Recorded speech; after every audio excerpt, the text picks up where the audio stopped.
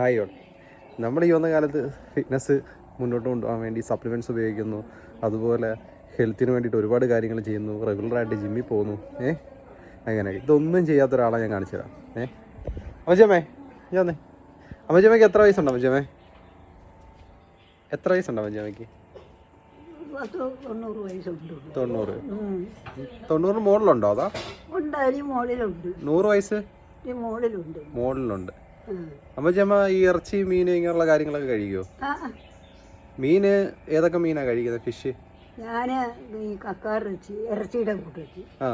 മീന് വനവറ്റിയായില്ല, നന്ദനൊക്കെ കഴിക്കത്തുള്ളൂ. വേറെയുള്ള മീൻ അങ്ങനെയുള്ളതൊന്നും കഴിക്കത്തില്ല. അങ്ങനെ മാംസമുള്ള മീനൊന്നും ഞാൻ കഴിക്കത്തില്ല.